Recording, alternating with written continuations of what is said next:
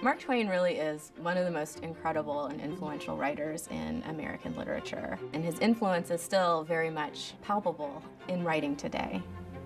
Called by many the father of American literature, Mark Twain was born Samuel Langhorne Clemens on November 30th, 1835, in Missouri. When Samuel was 12, his father died of pneumonia. At the age of 15, he got a job working for his brother Orion's newspaper, the Hannibal Western Union. Mark Twain became a cub pilot on a steamboat on the Mississippi River. He later became a full-fledged pilot, and he thought it was the best time of his life. But in 1861, when the Civil War broke out, the steamboat trade absolutely came to an end, and he was out of a job.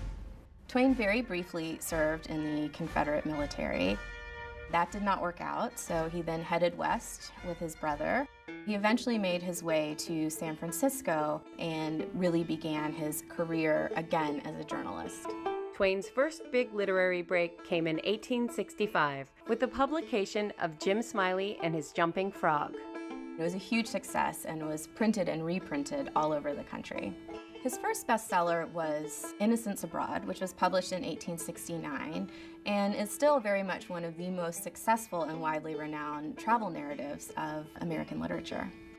Mark Twain's best-known and best-loved books, The Adventures of Tom Sawyer, published in 1876, and Huckleberry Finn, published in 1885, are probably the reason that Ernest Hemingway famously said in 1935 that all American literature comes from Mark Twain.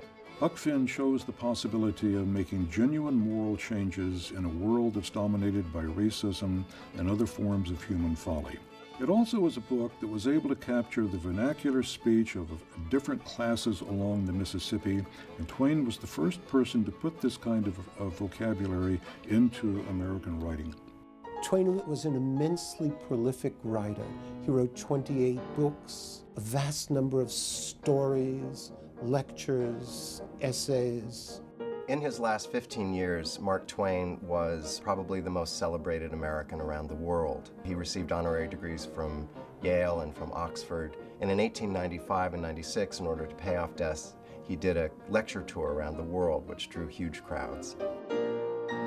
Mark Twain is now thought of as America's first celebrity because he was so good at capturing the public imagination, and it became important to him to have a public image. He always went on book tour wearing a white suit, and he only wanted to be photographed in that white suit. He tended that image very carefully. At the age of 74, Mark Twain died at his Connecticut home on April 21st, 1910. I think Mark Twain is one of these towering figures in American literature because he is funny and smart and willing to sort of shoot arrows at the most powerful. And I think that there's something deeply in the American character that responds to that. Oh my goodness. Look at that.